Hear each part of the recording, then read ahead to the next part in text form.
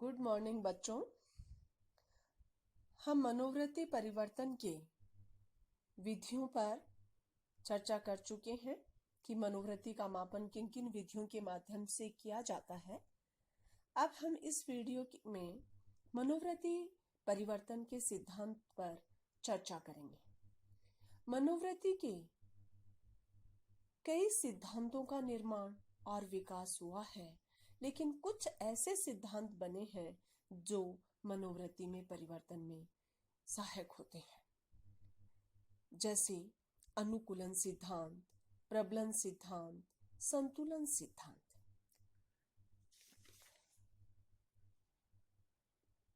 ऐसे सिद्धांतों जिनका संबंध मनोवृत्ति परिवर्तन तथा मनोवृत्ति दृढ़ता से है।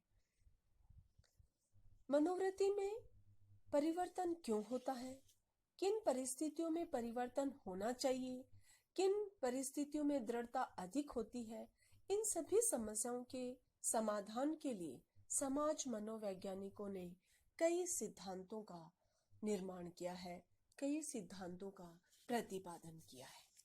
तो आज हम सबसे पहले जिस सिद्धांत का पे चर्चा कर रहे हैं वह है रोजेनबर्ग का भावात्मक संज्ञानात्मक संगति सिद्धांत। रोजेनबर्ग ने 1960 में मनोवृत्ति दृढ़ता तथा मनोवृत्ति परिवर्तन के सिद्धांत का प्रतिपादन किया।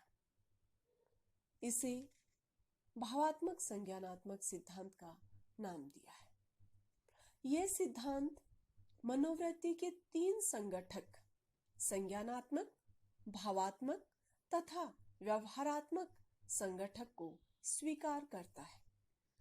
संज्ञानात्मक संगठन का अर्थ मनोवृत्ति वस्तु से संबंधित विश्वास से है। भावात्मक संगठक का अर्थ उस वस्तु से संबंधित सुखद या दुखद भाव से है। और तीसरा था हमारा व्यवहारात्मक संगठक का। व्यवहारात्मक संगठक का अर्थ उस वस्तु के प्रति किए जाने वाले व्यवहार या क्रिया से है।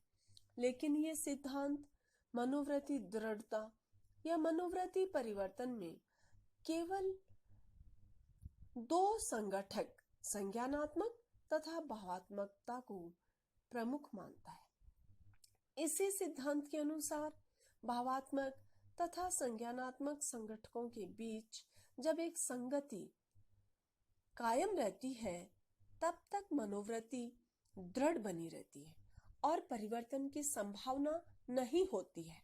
लेकिन जब असंगति उत्पन्न हो जाती है तो उसमें अस्थिरता हो जाने से परिवर्तन की संभावना बन जाती है। रोजेनबर्ग ने लिखा है, मनोवृत्ति के भावात्मक संगठक या उस पक्ष में परिवर्तन होने से इसके संज्ञानात्मक संगठक में परिवर्तन होता है, जिसके कारण भावात्मक संगठक में परिवर्तन होने पर संज्ञानात्मक संगठक के साथ असंगति उत्पन्न हो जाती है और व्यक्ति तनाव महसूस करने लगता है, जिसके कारण इस तनाव को दूर करने तथा संतुलित अवस्था प्राप्त करने के लिए संज्ञानात्मक संगठक में परिवर्तन लाना आवश्यक बन जाता है। इस परिवर्तन के साथ मनोवृत्ति बदल जाती है। रोजेनबर्ग ने अध्ययनों में यह दावा किया है कि मनोवृत्ति के संज्ञानात्मक संगठक के परिवर्तन होने से भावात्मक संगठन में परिवर्तन होता है। अपने विचारों को प्रमाणित करने के लिए रोजेनबर्ग ने एक अध्ययन में ऐसे परियोजनाओं को लिया जो अमेरिका की परराष्ट्र आर्थिक सहायता की नीति के समर्थक थे। हाइप्नोसिस सम्मोहन की सहायता से परियोजना के पॉजिटिव पॉइंट्स को नकारात्मक पॉइंट में बदल दिया गया था। सम्मोहन के बाद जब उनकी मनोवृत्ति का मापन किया गया तो देखा गया कि अब वे विदेशी आर्थिक सहायता की नीति का विरोध करने लगे। उनके भाव में परिवर्तन होने से उनके संज्ञान में परिवर्तन हो गया। रोजेनबर्ग ने लिखा है, संज्ञान का अर्थ मनोवृत्ति वस्तु से संबंधित विश्वास तथा अनुभव दोनों से है। इस आधार पर रोजेनबर्ग ने प्रमाणित किया कि भावात्मक पक्ष बदलने से संज्ञानात्मक पक्ष बदल जाता है, जिससे मनोवृत्ति बदल जाती है। हमारे दैनिक जीवन की सामाजिक घटनाओं को देखने से भी हमें इस बात का प्रमाण मिलता है कि भावात्मक पक्ष बदलने से मनोवृत्ति के बदलने की संभावना बन जाती है। यह बात व्यक्तिगत स्तर के साथ साथ सामाजिक तथा राष्ट्रीय स्तर पर भी सही प्रतीत होती है। इस सिद्धांत के कई गुण हैं और कई अवगुणों का भी हमें संकेत मिलता है। तो सबसे पहले हम इस सिद्धांत के गुण पर चर्चा कर रहे हैं। फर्स्ट पॉइंट है, ये सिद्धांत मनोवृत्ति के संगठन तथा विघटन दोनों की को बहुत ही सरल शब्दों में प्रस्तुत करता है। जब एक भावात्मक तथा संज्ञानात्मक पक्ष के बीच संगति कायम रहती है, तब तक मनोवृत्ति संगठित रहती है, और जब असंगति उत्पन्न होती है तो मनोवृत्ति असंगठित हो जाती है। दूसरा पॉइंट आता है, रोजेनबर्ग के सिद्धांत से मनोवृत्ति परिवर्तन की मात्रा की व्याख्या भी संभव होती है। मनोवृत्ति में उसी हद तक परिवर्तन होगा जिस हद तक भावात्मक तथा संज्ञानात्मक तत्वों पक्षों से असंगति होगी। रोजेनबर्ग ने एक स्केल का निर्माण किया जिससे इन दोनों पक्षों के बीच संबंध को मात्रात्मक मापन संभव हो सका। इस दृष्टिकोण से यह सिद्धांत बहुत ही बेहतर है, क्योंकि वह सिद्धांत मनोवृत्ति परिवर्तन की व्याख्या सही कर पा रहा है।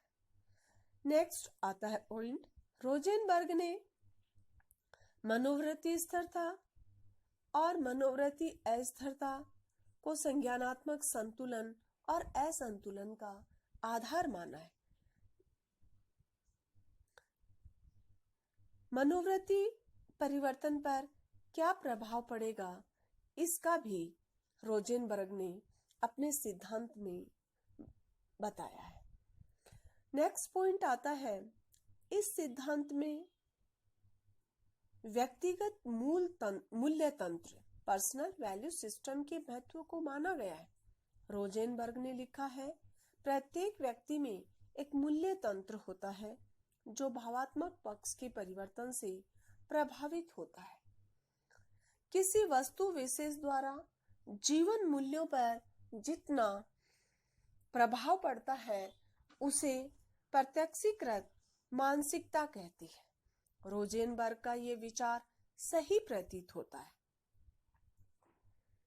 नेक्स्ट पॉइंट आता है, इस सिद्धांत की ये अभिधारणा सही प्रतीत होती है कि मनोवृत्ति के तीन पक्षों में भावात्मक पक्ष अधिक प्रभावशाली होता है और प्रबल है। एलिस ने 1969 में कहा कि विशेष रूप से अस्थायी मनोवृत्ति परिवर्तन में भावात्मक तत्व का हाथ अधिक होता है। उसके बाद आता है इस सिद्धांत के दोष। रोजेनबर्ग के सिद्धांत के कई गुण होने के बावजूद भी इस सिद्धांत को पूरी तरह संतोषजनक नहीं माना जा सकता। इस कारण इस सिद्धांत के कई दोष या अवगुण हैं। फर्स्ट है, इस सिद्धांत में मनोवृत्ति के व्यवहारात्मक पक्ष की उपेक्षा की गई है। मनोवृत्ति को बदलने में व्यवहार पक्ष का भी हाथ होता है, जिसकी ओर से रोजेनबर्ग ने आंखें बंद कर ली है। दुश्मन भी जब हमारे साथ अनुकूल व्यवहार करने लगता है तो उसके प्रति हमारी नेगेटिव एटीट्यूड में मात्रात्मक या दिशात्मक परिवर्तन होता है। दूसरा पॉइंट है, यह सिद्धांत केवल भावात्मक तथा संज्ञानात्मक तत्वों की असंगति को मनोवृत्ति परिवर्तन का कारण मानता है, लेकिन वास्तविकता यह है कि मनोवृत्ति के निर्माण तथा परिवर्तन में बाह्य परिस्थितियों का भी हाथ होता है। जैसे किसी संगठन की कार्य परिस्थितियां असंतोषजनक होने पर कर्मचारियों की मनोवृत्ति नकारात्मक होती है, और जब कार्य परिस्थितियों को उन्नत तथा संतोषजनक बना दिया जाता है तो उनकी मनोवृत्ति मैनेजमेंट की ओर पॉजिटिव बन जाती है और नेगेटिव मनोवृत्ति की तीव्रता घट जाती है। नेक्स्ट पॉइंट आता है, इस सिद्धांत में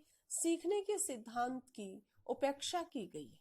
अनेक मनोवैज्ञानिकों ने मनोवृत्ति निर्माण तथा मनोवृत्ति परिवर्तन में क्लासिकल तथा साधनात्मक अनुकूलन के महत्व को प्रमाणित किया है। इसलिए केवल भावात्मक संज्ञानात्मक असंगति को प्रेरक मानकर मनोवृत्ति परिवर्तन की प्रत्येक परिस्थिति में संभव नहीं है। नेक्स्ट पॉइंट आता है, इस सिद्धांत में दावा किया गया है कि भावात्मक पक्ष के बदलने से संज्ञानात्मक पक्ष बदल जाता है, लेकिन ऐसा हमेशा नहीं होता। कभी कभी निरीक्षण के कारण संज्ञानात्मक तत्व में परिवर्तन होने से भी भावात्मक तत्व बदल जाता है। नेक्स्ट पॉइंट आता है, रोजेनबर्ग के सिद्धांत से इस बात की व्याख्या नहीं हो पाती है कि दो संज्ञानों के बीच असंगति होने पर मनोवृत्ति क्यों बदल जाती है। हालांकि भावात्मक पक्ष पूर्ववत रहता है या बाद में प्रभावित होता है। जैसे मैं जानता हूं कि मैं सही या शुद्ध घी नहीं खा रहा हूं और वह वनस्पति से बनता है, डालडा है। ये द्वितीय संघान है, इसलिए डालडा के प्रति मेरी अनुकूल मनोवृत्ति है, लेकिन मुझे पता है कि डालडा गाय या सुअर की चर्बी से बनती है। दूसरा संज्ञान बदला और बदल गई मेरी मनोवृत्ति और प्रतिकूल हो गई। यहाँ केवल संज्ञानों में असंगति उत्पन्न हो गई, भावात्मक पक्ष वही रहा और संज्ञान के बदलने के बाद बदला। ये बात इस सिद्धांत के विपक्ष में, इसलिए ये सिद्धांत मनोवृत्ति की परिवर्तन की व्याख्या करने में पूर्ण रूप से सफल नहीं है। सैकर तथा बेकमैन ने 1962 में ठीक ही कहा है कि यह सिद्धांत मनोवृत्ति सिद्धांत के अन्य सिद्धांतों का मात्र पूरक है।